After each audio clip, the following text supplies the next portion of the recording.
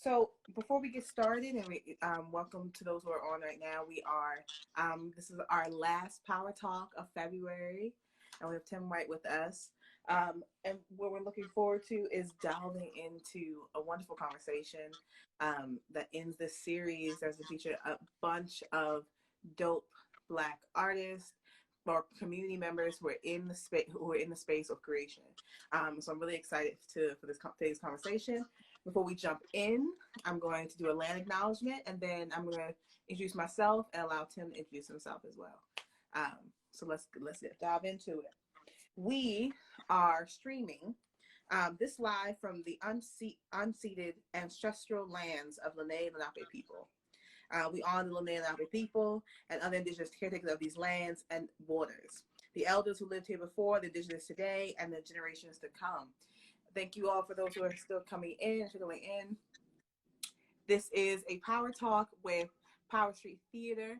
I have loved my work this year with Power Street Theater, from their teaching their land and body course, which is a summer course for adults who want to delve into creation, and now to hosting their Power Talks of February. This is our last Power Talk, like I said before, and I am a local Philadelphia poet, educator, and community ethnographer.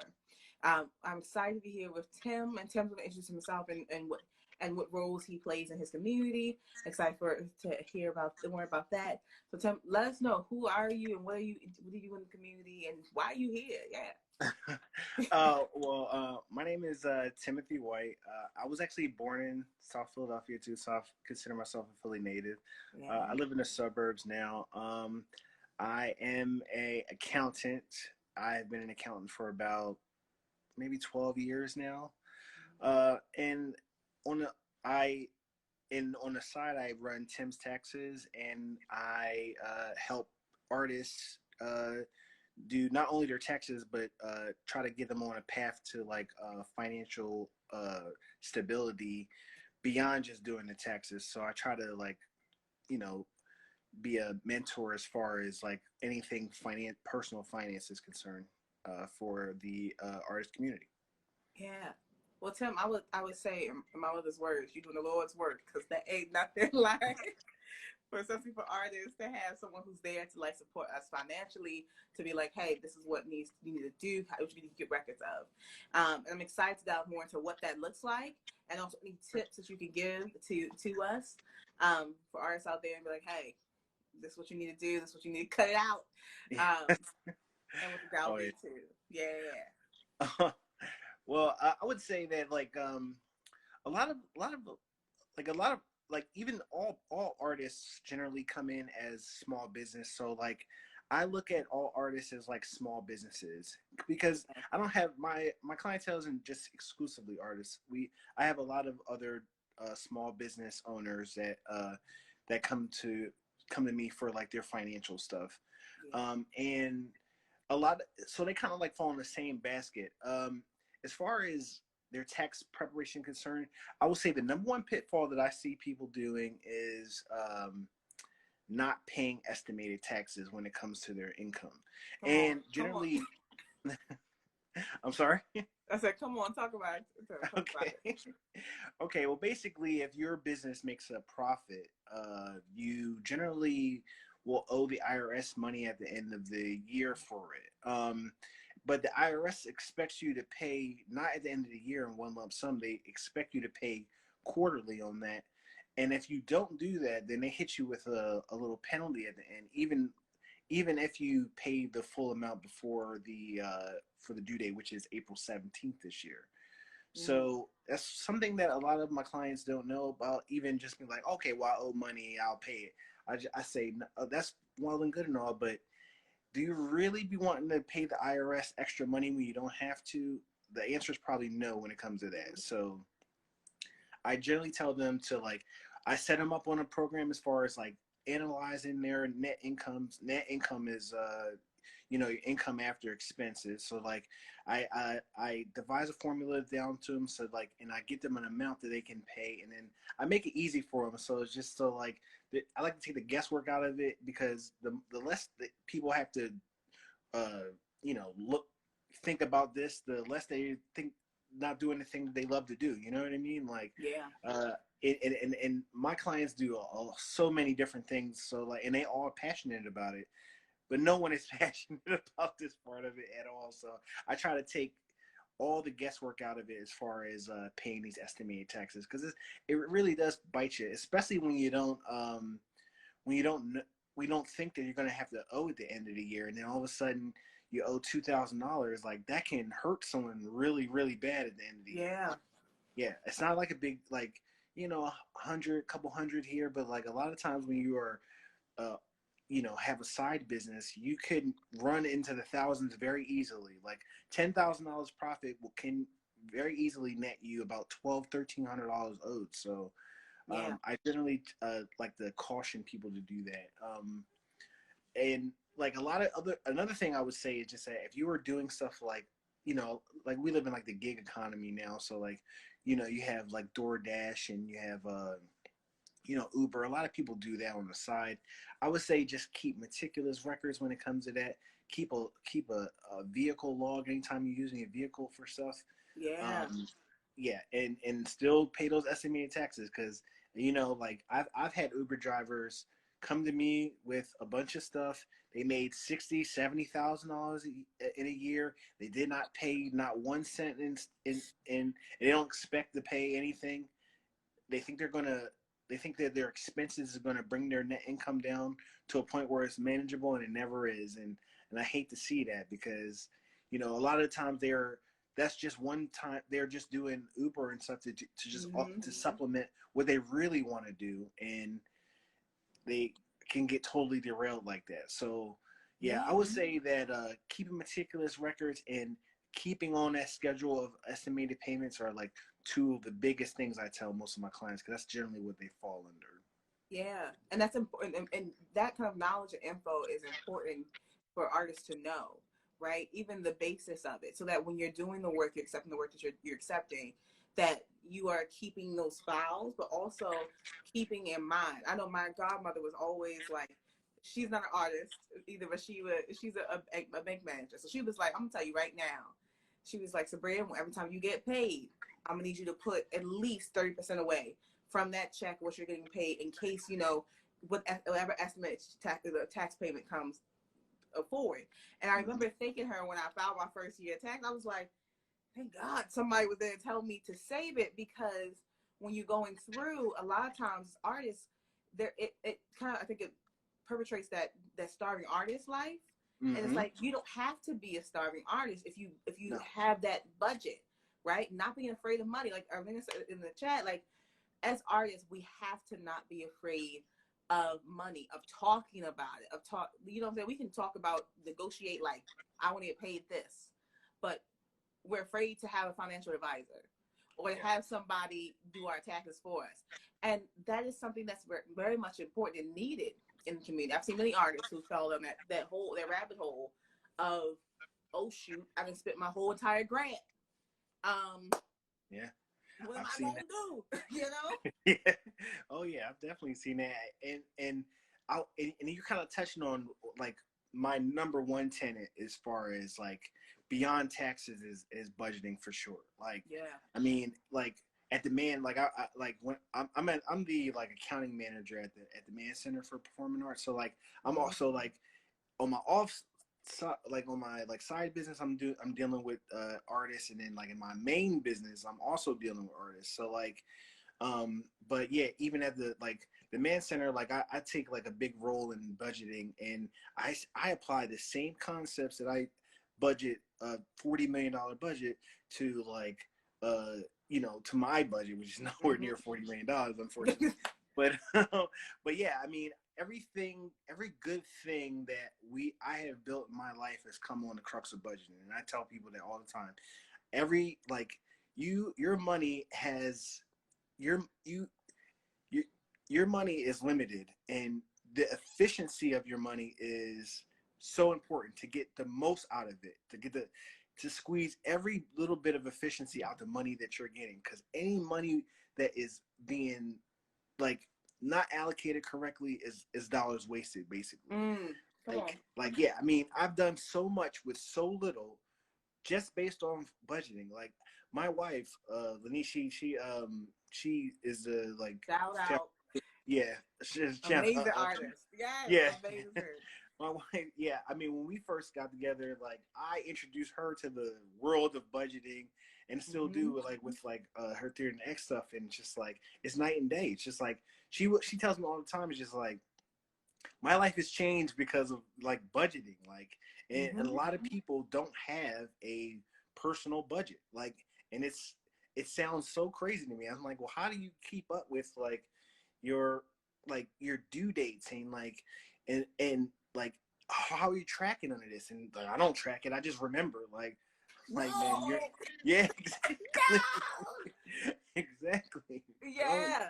yeah, man. I, It's I love that you talk about you know what I'm saying, like how do you not track that? I remember one reason I also like want to bring in the point of like a lot of times it also has to do with the financial literacy that is taught to Black and brown folks as we are growing up and coming, especially when we become artists in a way. The language that's taught to us. When I think about my mom, I think about the way she robbed Peter to pay Paul. For those who don't know, that means we take in from somewhere else and trying to make it stretch somewhere else. Is mm-hmm. like from that financial journal. I used to wonder why she would send nights like writing like this goes here, and now I find I can't. If a paycheck is coming, I'm like, hold on. I got a budget. Hold on. Where is this coming? This goes to here. What am I, Sabrina, what's your limit for takeout? You know what I'm saying? What does that look like? But also, like you said, like my grandmother giving that advice of like putting that aside and being able, that's a part of budgeting. And I think a lot of artists, like we talk about, we get these grants, we get these small grants, and we wonder where did the grant go? It's because we didn't budget like how much are we spending in compared to the product, right? Yeah. I just wrote my first book, and I remember being like, people ask me like, Sabrina, is it difficult? How much money? I was like, I'm really meticulous. I'm also an Aquarius. My Aquarius mind be like, listen, the money won't have to. I ain't playing. But I was sitting there and being like, no, I can cut corners this way, or I can do it this way. And how can you do that? A lot of artists, they just jump into the creation part of it. And it's like, no, hold up. It's great to have somebody in your corner to be like, so before you spend that grant, I'm just gonna ask you, how you spending it? Like what's going on? Like, you know, it's not, and because we're afraid of money conversations, a lot of times that becomes offensive to us. We're like, oh my God, you're trying to, you're coming at me. It's like, nah, I'm trying to protect you. Yeah, and a lot of these organizations will generally ask for some sort of budget beforehand. So it's like as we're touching on like a grant budget, like a lot of these big organizations, they want to see how you're going to be spending the money beforehand. And so like you don't want that time to be the first time that you ever crafted a budget or looked at a budget or even conceptualized the budget when it comes down to it. I mean, I I got to tell you, I mean, as far as like a lot of my artist clients, I mean, most of them have some sort of contributed income when it comes to like, it's not just like money that they get for performances or stuff like that. A lot of it comes from like some sort of funder, and I've never seen a funder. I mean, some funders generally have a lot. You know, it varies depending on like who you're getting the money from, but I've never seen a funder have absolutely no bars to like the income that you get from them. They want to see at least something. And I mean, a budget is should be your first line of defense of any sort of spend. Like I said, whether it be for a project, which a lot of like my artist clients get into as far as project work is concerned, or your own life. I mean, it's the number one thing. Like taxes is all about compliance, and it's just one of those things that you have to do. But you're not gonna get ahead on taxes, but like getting the most out of your money is like really like the next step as far as taking any venture, whether it be your life or a business, to the next level for sure. Yeah. And what I love about that is if people to know on this chat, like Tim is like out here giving the knowledge out to the community.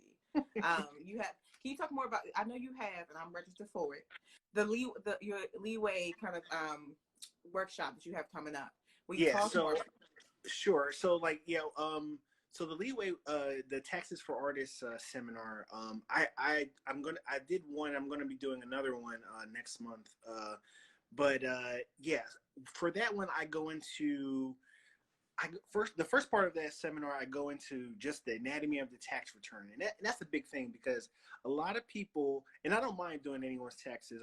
I like to do it. It's one of my passions, but I people will just give their taxes over to somebody and don't understand what's happening with it. Like, Mm-hmm. don't understand what's happening. They want it done, and I understand that. There's things that I would love to just set and forget, so to speak. But I hate that when it comes to your money, that you don't know what's happening with this tax return. You just when if you owe money, then it's a surprise. If you're getting money, it's a happy surprise. It should not. You should not be managing your money like that. It shouldn't be a surprise one way or the other.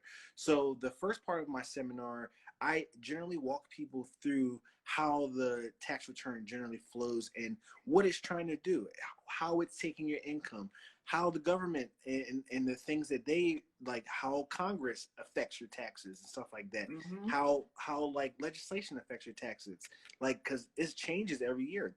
This year stuff with like the advanced child tax credit, those Yeah. advanced payments that people were getting, like that's going to affect your taxes and like affect what you think you're going to be getting back for the year. So stuff like that, and that's wildly different from last year, where COVID stuff was generally most of like my focus last year because all that was new, and then the year before that was a bunch of new stuff. So it's like Mm-hmm. this is a really evolving situation. So it's just like to keep up with the changes, you at least need to know what's happening with the tax return, how things are flowing, how the numbers are being computed, and then what's happening at the bottom line. So it's Yeah. not a surprise to you. So again, there's a lot of calculations in it, and it's not like not everyone is like built for it for sure, but like at least having a rudimentary understanding about what's happening is my goal with that. So that's the first half, and then the second half, I get into more business, like more business focused stuff. So like more Schedule C stuff. The Schedule C is your profit and loss for businesses. That's generally what artists are looking for as far as that, because again, like they're small business owners generally when Yeah. it comes to taxes. So I go into like the taxability of grants and like 1099 stuff like that, 1099 basics, when you're supposed to receive them, when you're supposed to send them, etc. And then a lot of people really like to get into like the expenses, what you can write off, what can't you write off, why, and generally getting to like a level deeper as far as how it all comes together and how it all flows to your main tax return. And then I take questions at the end, which is generally pretty helpful for people because while I'm giving a like broad overview of what's happening, Mm-hmm. people generally have their own tax situations happening, and that's a good opportunity for them to like talk with someone who has done taxes for a long time. Yeah. And to get my opinion on it, and then like, and if in the rare cases I can't answer it, then like I give them my email, and then we start a correspondence there, and then because like I said, most people don't have a passion for this. They have a passion for whatever your business like, and this is my business. So like I generally just like, yeah, email me, and like sometimes I do research for people if it's like a really complex question, but nothing really generally stumps me nowadays because like I Yeah. said, I've been like really on this for like such a long time. But yeah, but that's generally how the seminar goes, and I take questions, and like people generally seem to like it. I It's like maybe like 2 hours long. So if you can sit down and listen to someone talk about taxes for 2 hours, I would definitely recommend dropping in on the next one. I believe it's in March sometime. Yeah. Yeah. Please do, y'all, because I think it's important for us to be, when it's out there for us to like see and to get a clear view, take that time. Take that time to like do that. I think for me, Yeah. I see a lot of my artist friends who won't take that time because of, I think the fear of money comes also from the industry that we're in, right? The constant negotiation of your value and of how much you're getting paid, but also like I know from when working on both sides of theater, theater companies, you have that kind of like, oh, this is the budget, and then you have the creative side, and like you said, no one wants to go to the budget side. Everybody's like, hold up, I don't want to go there. Hold on, I'm here to create. What you mean? I'm here to. As long as my check gets to me, I'm good. And it's like, Yeah. no, because then you end up getting. Now I remember I did one show. I was doing one show at Zuka, and I was getting that good check. I was like, okay.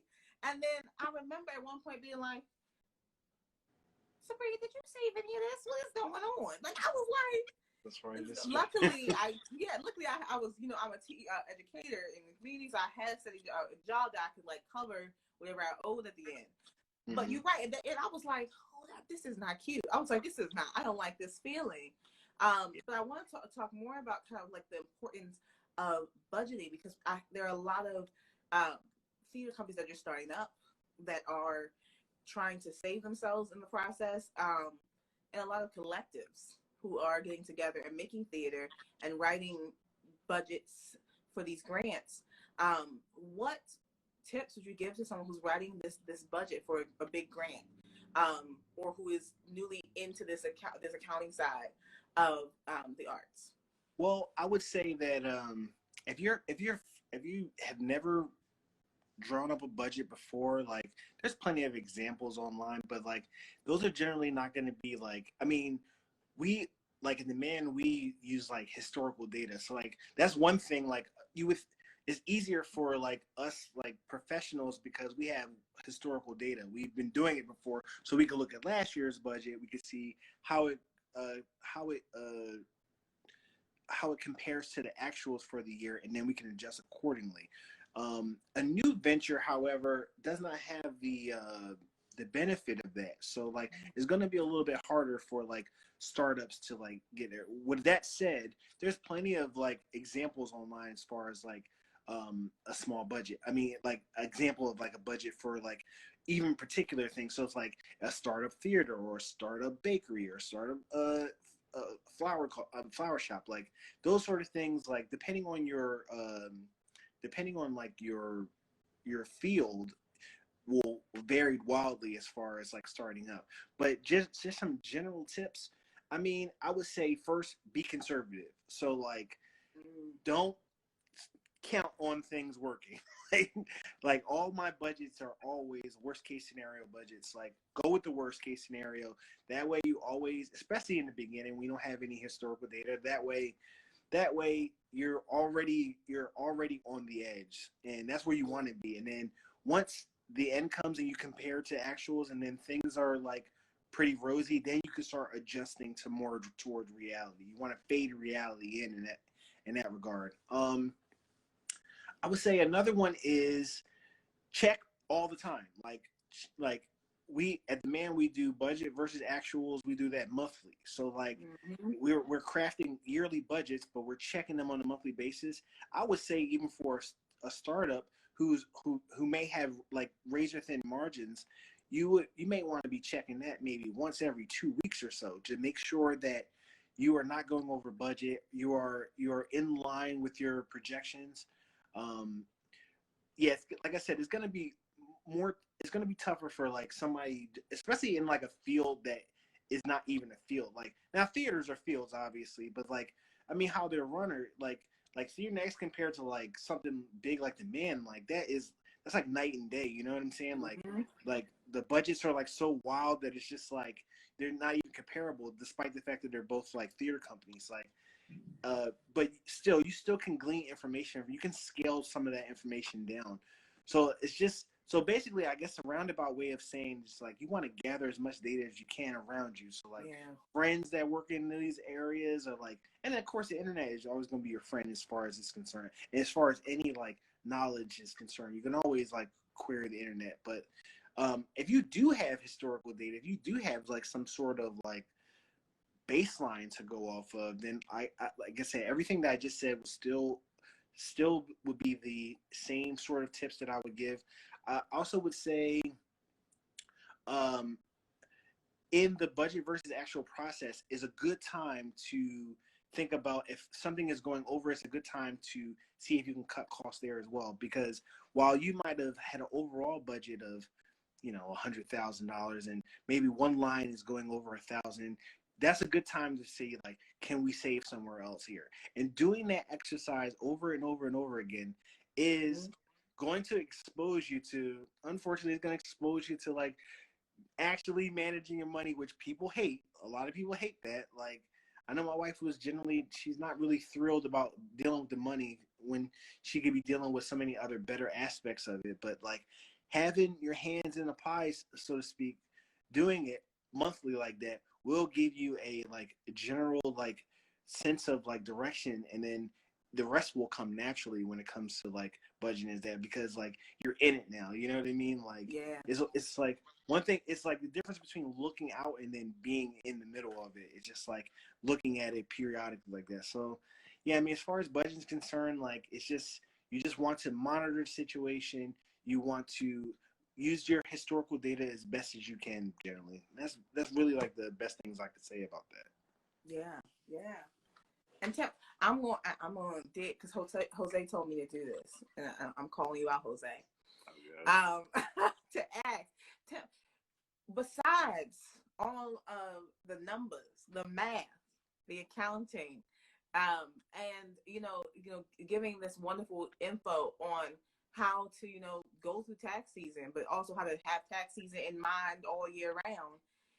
What kind of like creative juices be flowing for you God. on the side? You know what I'm saying? When you're not doing the math, Well, when I ain't doing the math, I am like a huge nerd. If you haven't already picked up on that already, I like I'm like so into computers, like, so like I'm generally like working on that. Like I just like I'm just gonna turn this here. You see that monster right there? I just built that. Yeah. I built that like over the weekend. It was great. I loved it. So yeah, when I ain't doing that, I always joke with like my family that I miss my calling. Like I like to build stuff, so like I could have very easily been an engineer over an accountant, but like something got me into like accounting. But because I got into accounting because of like it's such a steady position. Like I'll never really be like, it's not, you don't really find any businesses where there are no accountants. You know what I mean? And Yeah. that's really all Yeah. I really. That's really all I wanted out of a career to start off with. It's just like security. It took. If we were talking earlier about like budgeting and like what got you into, you were talking about like your mother was telling you about the 30%. Like my lesson was like a lot harder than that. Like I before I had a career, I had a job and I did not budget, and then I just was going out on my own, just was out of high school, and then like Yeah. lost my job and didn't have the money because I had all spent it all. You know what I'm saying? It's just like, Mm-hmm. and then I lived with two other guys and didn't have the rent, and like that's a bad feeling. Like Yeah. it's a like because now they had to pick up the slack for me, and I felt like I never wanted to feel like that. And then that's really when I started to be like, I got to manage my money more. And it's just like sometimes it takes like a little rap on the head for you to Yeah. like learn a life lesson, and that was definitely it. And like ever since then, that was the last time I missed any bill, and that was almost 15 years ago. So um Ooh. yeah. So Tell but yeah. you bringing back my own kind of like my own feelings. I had some experience when I was in college, like having that moment where I wasn't budgeting correctly, and just Mhm. wasn't and felt falling behind on rent and doing something. And the feeling of it can be so like taxing, really. Like it's such a Yeah. thing where you're like, damn, like, and I knew from that time on, I was like, I ain't missing that bill. You know what I'm saying? I'm not going to get myself anxiety written, you know what I'm saying, over certain things, but I'm not missing a bill. I'm not missing paying off debt or doing those things because I didn't like that feeling. Yeah. And it held me back from my art. It held me back from doing what I wanted to do. That's the ability that you talk about. I think a lot of artists would benefit from having the knowledge that you're dropping because the knowledge you're dropping gives such security of being able to create because you know Yeah. the money's there. Yeah, we live in America, and America is a capitalist country, and it's just like it Mm-hmm. ain't going away. It's not going away, and you gotta play the game, and just like you don't have to like go hardcore. You don't have to exploit. Kind of how like capitalism is wont to do. You just simply Yeah. need to you need to do a little bit more than surviving, and you can very easily do that. The tools are there. You don't have to be you don't have to get washed away in the sea of capitalism. Like, you could just do some tricks, like a little budgeting, a little planning, and it'll take, you'll Yeah. be surprised how far it takes you, for sure. Yeah. To me, like the uncle that's at the reunions, that's like, come here again, bro. Come here, come here. What you doing? What are you doing? Because that new car you just pull up in, I know you can't afford that right there. I know. And he's like, you're like, uncle. And he's like, nah, I'm trying to look out for you. You know what I'm saying? Oh And man, I I'm think the it's like uncle that now. click. It's like, hold on, what is going on? Because knowing about that, I think makes you a better artist. It makes you a Yeah, better I think. person. Yeah, I And mean, it shows that like you're serious about your craft. I mean, I know people who just don't care about the money and all. Like, I know people who just see it as a burden, and that's that. But it's just like, but you want to keep doing it. You have to be able to at least sustain yourself, and you have to at least be able to like let it sustain you generally. So it's just like yeah, you hate it, but just like learn these tricks so you don't have to worry about it. Like, you don't have to worry yeah, about rent. You don't have to worry about overspending. You don't have to worry. You don't have to worry about you blew the whole you blew the whole project budget on X, Y, or Z. Like, you know that, like, once you incorporate that and get it into your soul, you're gonna be a lot better off, for sure. yeah, yeah. So what makes you feel powerful and in life, but also like, in connection to accounting and, that guide What for makes me artists? feel what makes me feel powerful in life? Um, Knowledge makes me feel powerful, for sure. Mm, Knowing, like, and like, yeah, I would say knowledge is number one, and like using that knowledge for number two, which is like, I would say my family makes me feel powerful, because like they are they're my goal, and it's a lot of people don't have a clear goal when it comes to things. People are just like the I mean, that's fine. I'm not knocking anybody, but like float through and just like let the wind take them, and that's fine. Like, but for me, I have a goal, and my family's comfortability and stability is my goal, and mm, using knowledge to further that goal is what makes me powerful. Um, like, not being like compared to anything, or not chasing anyone or any concept, just simply being married to the fact that, like, I'm a resourceful person, and mm, using that resourcefulness to enrich my family is where I get my power from, generally. yeah. And that I just hear you say that is like a breath of fresh air to hear in that research. You know what I'm saying? Because that it's connected to so much community, so much Yeah, support. Yeah, that's I'm generally, yeah. yeah, I love that. I love that. I'm gonna need the book to come out soon. The financial book just got to stay there like, hey, how you doing? You're like, Yeah, I mean, oh man, that book would that book would be the most driest book you ever. You know, but it would be informative, for sure. yeah, it'll be filled with knowledge. You'll be like, listen, I'm gonna need. You're like, Tim said, this is what it is right here. You see this? You're like, that's what it said. I think that would be really dope, Um, That was and dope. what I love about that is also the notion of stability.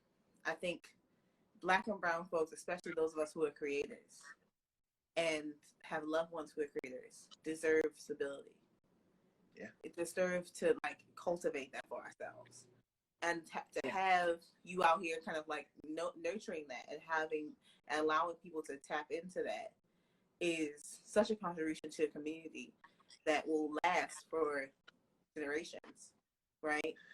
yeah. I mean, it's pretty, like, I I don't want to come off as like too insular as far as that's concerned, like, because I don't want to be like, well, it's just about my family and nothing else. You know what I mean? Like, Mm-hmm. but you can't do anything if you are too busy worrying about where your next meal is coming from, Yeah.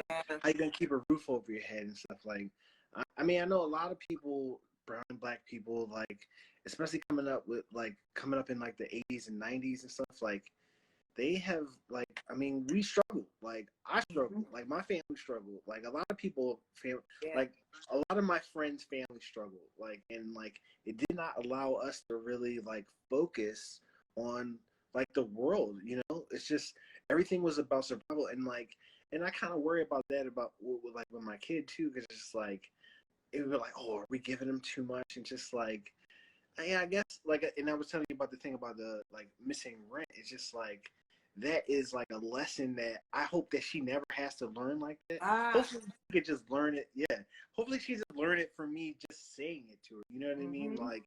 Like learn from my mistakes. Like we're building this all up, and it's just like there's no reason for you to like make the same mistakes I did, as far as that's concerned. But like to be a asset to your community means that you have your old asset to your family to begin with. Like, you know what I'm Mm-hmm. saying? It's just like the lessons that I hopefully impart to my community is one that I've long since imparted to my own family. So it's like, so yeah, so it's like it's hard to like enrich your community and not enrich your family. So it's like, well, if that's the case, then start there first. You know, instill these principles first, and then move outward. Then. Yeah. And I just wanted to say that just because, like, I didn't want to come off as, like, again, coming off too insular as far as, like, my view as far as, like, my own role in the community. Mm-hmm. No, what I hear is basically the lesson of taking care of your base first, so that you're able to give, that you're able, it's something that self-sacrifice gets taught a lot to us, and it's like, no, we need to make sure that we are having sustainability for like what we talk about generations. When I'm programming for my kids and I do field trips, I like to make sure they're getting great experiences and Mm-hmm. teaching them also how the superior budgets that out, what that looks like. So Yeah. they understand, yes, these are great opportunities, blessings, and things, but this is how it makes it happen, right? And if Yeah. I take care of myself, and it's also like how we ask as artists, how we ask to be paid, because we ask to, we come into a creative space, and I've had friends and family and people and advisors being like, you have to ask what you're worth, because at the end of the day, you're giving so much. You want to make sure that you have something left, Mm-hmm. if anything, surplus. And I love that notion of, if I can help my community, I have to learn that lesson. I've had to learn that lesson because it makes you even richer. We've been in classes where teachers are talking to us and they have not near a struggle to relate. Mm-hmm. Yeah. I see in my kids that when they come from my after school program, I'm like sitting there and they're talking about their teacher telling them, there's no excuse, that you're late for class because you had to, make sure your brother and sister got breakfast. I was like, because your teacher doesn't have your experience. Yeah. Your teacher ain't never had to make free lunch, or your teacher ain't never had to get to school by 7 o'clock to make sure that you and your brothers and sisters could eat free breakfast. Yeah. Because your mom couldn't afford to, have treat y'all at home. You know what I'm saying? And your mom's like, that's one less meal I gotta make or buy. And I love that notion of not wanting your child to have that struggle. I don't want.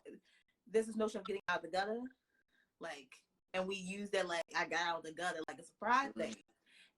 But I don't want my children or my students to get anything out the gutter. I want them to get it right off this luscious table that that I built, and they can have as much as they want, but also appreciate where that table came from. And yes. I love that notion. And that community lesson that needs to be continued and built. And I think this the generation now, like the newest generation, like I think they're getting that because they're seeing it. Like they're like, I mean, I don't know about you, but like my mother talked to me all the time, and a lot of it didn't get through. But because she was talking about concepts that she wasn't living. Whereas like now, like we're living these things, and we're like living examples for our kids, and they're seeing it. Like my kid said one day, I had the day off one day. She said, "Well, why you didn't go to work?" And I said, "Well, I had the day off." And she's like, "Oh, okay, that's because you worked so hard. You probably deserve it." I was like, "This is a 7-year-old kid." It's like, but she understands the idea of self care and self worth, like because that's what we preach around here. Like, so Yeah. we. Unprompted, she said, she's like, "Yeah, well, you deserve it, Dad. I mean, you work all the time." She's like, "Well, thank you."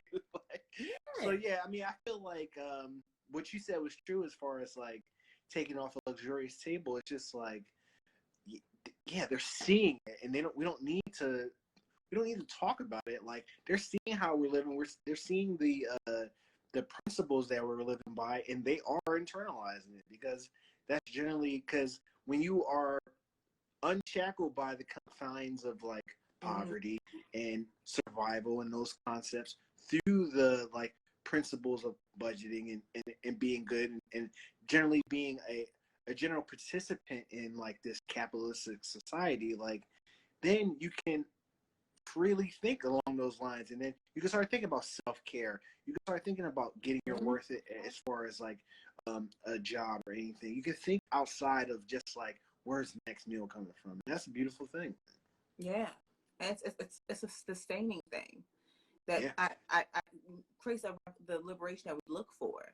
And this is not me saying like our liberation is not going to be found in capitalism, but our liberation will be found in the ways in which we use the system that are play and play them and bend Yeah. them and make what has to happen for us. And I really support that notion of like, yeah, because I never forget the first time I was like, hey, I went to get a massage, and I was like, afterwards, they're like, you want to subscribe? I said, hold up, I gotta check my budget. I said, hold up, I got room for this. You can take that little 70 out my account. You know what? I got that. I got that. And my Yeah. kids were like, when I told kids, yeah, I'm Sabrina taking a person day tomorrow. They're like, oh yeah, you want to get your little pedicure, Sabrina, get your little massage, do your thing, girl, do your thing. And that Yeah. notion that they understand that yes, it's a big on get bills paid, make sure things is done, but at the same time, I'm gonna live luxurious. And I think we learn like I remember my aunties and my mommy teaching me that like in notion to the block parties or the ways that they pull together resources for those good times. But I also remember the downfall of like when rent couldn't be paid, when lights went off, when all these different things happened in our communities, and having friends who were eating or have you know what I'm saying, and those kind of things happening, and being like, but what is life if that doesn't happen all the time? Yeah. What is life? And that to me is amazing. Yeah. I mean, yeah. What happens when you're not having it is life is happening. You know what I'm saying? It's just like give them as much like freedom and create like just if you're taking it off the table, like the more you take that sort of stuff off the table, the better. Like, and you'll be just surprised at like how like where they go, and just like I'm like I have one kid, and I'm just amazed at like what she gets into and like how she is, how she acts, and her like she's such a sweetheart. But it's just like again, it's just like I wonder how much of this comes from the fact that she sees her parents not worrying about things that other people's Mm-hmm. parents generally have to worry about, and I wonder how that's affecting her and how it will affect her in the future as well. So it's Yeah. just like, yeah, I mean, financial security, like it is something that we all have to like wrestle with, but it's just like it's worth wrestling for because like the less the less you have to deal with that, the more life you live. Like, and Yeah. once people learn that and just like just get this out the way, just get a steady baseline, just you know put like like I said, get the maximum return out of your money. Like the more the more life you'll be able to have, basically. Yeah. And I know that sounds weird, like, but I mean it is true. Like I mean that, or instead of saying that's true, I'll say that that has been my experience and Yeah. people's experience around me has been like the more planning you put into that, the more that you can not worry about that and live your true life and follow your passion and go and go with your calling. Like you don't have to worry about like like I said, where you gonna sleep or where you gonna eat. Like that's not living. Like living is chasing your dreams, and it's like I want to see more people in our community chase their dreams. And Yeah. if I got to be the one to do your taxes or like teach you how to budget to get there, I think that's a pretty good contribution to the community for sure. That is. That is. And I think that goes beyond this tax. It goes beyond that. Goes into when we help our kids apply for FAFSA or scholarships when they want to go to college. When we help them get into trade schools because they don't want to go into debt in college. They want to Yeah, exactly. make money, but teaching them how to do that And and a lot giving of these, yeah. sorry, yeah, a lot of these like kids nowadays, they see it like they're not falling into the same debt traps that we fell into like Yeah. 2 years ago. They're figuring out better ways to do it, and like what more can you ask for? Like the generation behind you just doing things better. Like that's exactly what you want, and just like any way that I could buttress that is like a win anytime. Yeah, same. Anytime that I can give them something that's like, hey, do it better than I did. Do it Yes. better and take it and run with it. You know? Yeah. I can't wait to be showed up by my daughter for sure. I can't wait Oh, for her to show me what I was doing wrong. yeah, I can't wait for it. I can't Yeah. wait. I talk to my students all the time. I'm like, y'all talk about when I think about my director said this to me one time. My director, he was talking about. He was like, do you think the kids need that? Do you think they need for you to spend money on that? I said, yeah, they need to know that they're deserving of stability. They're deserving of experiences, of quality food and resources being given to them because I was shown that, and I'm doing it up now. So when it comes time for them, they ain't gonna be asked. They're gonna be asking. They'll be telling you this is what we're doing, and we got the money to back it up, and we got the resources. You know what I'm saying? And then maybe they'll treat me to a vacation. That's really what the key is. You know, Yeah, how about that? I need reparations back to me after all this time. You know, I'm like, hey, remember that time? Remember how the table I built? Yeah, right. Remember the luxurious table? Sure. Yeah. Can I get what I'm down? You know, and see, some kids are like, listen, son, that was your generation. Thank you for giving that. And some, but like us, I think our generation does that too, where we give back to our elders and making sure that, I don't know about you, I make sure that my aunties, my mom, I'm giving back to them in whatever knowledge I'm gathering to be like, no, actually, this is what you need to be doing for this. Yeah. Let's have that conversation about what that funds is, or even to the old heads in the industry, like, hey, we're not doing that anymore. You know what I'm saying? Oh yeah, I mean, what's good at knowledge if you're not like kicking into your kids and stuff, but like your parents as well too. Like I've definitely like revamped my like parents spending for sure, and like got them set up with a bunch of stuff. Yeah, it's just like yeah, I mean, because like their generation was just scraping. Like, I mean, not everybody. I mean, I don't want to paint with a broad brush, but like. Yeah. I mean, my mom struggled, and looking at it, it's like some of it was needlessly because like she just did not have the knowledge when it comes to sort of some of this stuff. It's like, so yeah, it feels great to be like, hey, this is a better way to do this, and then letting her live more of her life generally. Yeah. So Tim, is there anything else you want to spit out to the folks, let them know, and remind them? I feel like I've said a lot. You know, like I said, money ain't everything. It's absolutely not. I my own philosophy on money is just to like just get enough so you don't have to worry about stuff, and like I said, what I said about budgeting is like that's gonna be the number one thing. And like if you want, I can put like my like email address out there, and like I can send you like a template that I have used for the last 10 years that totally works, that like will just let you, just a bird's eye view on your money, and like that's it. And then it'll start coming from within, as far as like you'll start to develop like, okay, this is what I have, this is what I don't have, and then start carrying money over between checks and stuff, and it's like get some savings going and stuff like that. Like, but it all starts first by just getting it all on paper. Like, you don't need to use a big fancy like program. You can use Excel. A lot of people don't even have Excel, I have Google Sheets. It works with there too. But like, Yeah. I'd be more than happy to share like my template that I use. And like I said, I've been using it for over 10 years now.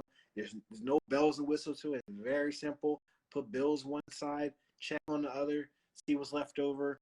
And I've lived by that, and like I have flourished because of it. Like, because Yeah. I don't make a lot, like I don't make super duper money, like, but the money that I use to 100% effect, and that is going to give you like making your money work for you a lot more is, like I said, my recipe for getting up, basically. Yeah. Yeah, definitely. Tim, if you don't mind putting your emails out there, so in case people want to like, I don't want you to be rushed by emails, but Sure, I'm gonna tell you right here. I'm sorry, this is the first time I've used Instagram. Yeah, Tim put in his email. Y'all don't be spamming Tim's email. I ain't playing with y'all. If I find out we spamming Tim's email, it's gonna be a problem, you know. But I think definitely those resources are needed and necessary as we move forward. Yeah, I definitely agree. I mean, it's like, yeah, I mean, like especially now, like, I mean, you watch the news, probably you hear about inflation, like, so now your money ain't even worth as much as it was before. You know what I mean? Like, so, like now more than ever, like you have to be protected. I mean, I know people probably looking at a 401k now with like the Ukraine stuff too. Like, holding on to your money has become way more important than it was a year ago when like the faucets were on, as far as like PPP and EIDL loans, stuff like that. So it's like this is a great time to batten down the hatches financially. So I would definitely recommend circling the wagons as far as that's concerned. Yeah. Yeah, well, Tim, this has been absolutely amazing. It's been very great to talk about.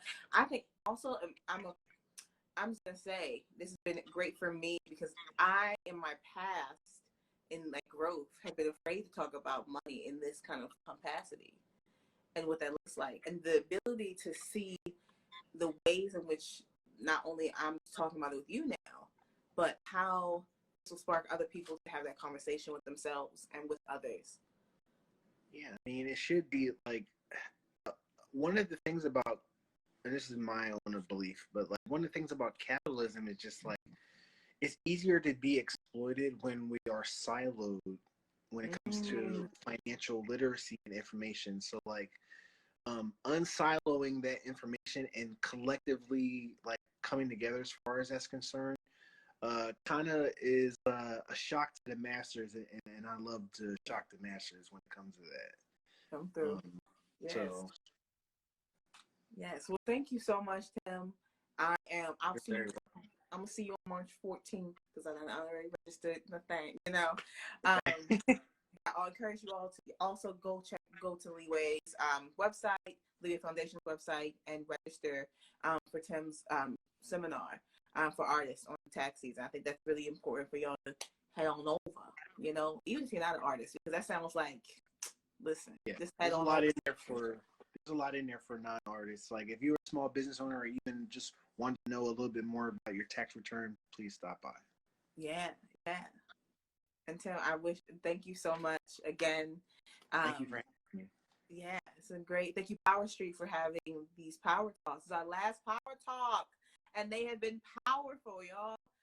If you want to watch previous ones, they are available on Power Street's Instagram page. And just, share them. If you enjoyed this Power Talk, share them with another person, especially a Power Talk like this was talking about resources, y'all. Share it, right? And also begin to understand like how you can support places like Power Street and the community in this way, because it's a resource that needs to be out there. So I'm so thankful. Yeah. Oh, thank you, Gabby. Yeah. Welcome. Yeah. So with no further ado, let's go call it night. I don't know, because I'm a computer geek myself, so I might be playing around with things. But I'm so excited to see what people are going to be helped by this video and by these resources. I hope they are helped by it as well. Yeah. All right. Good night, everyone. Thank you so much.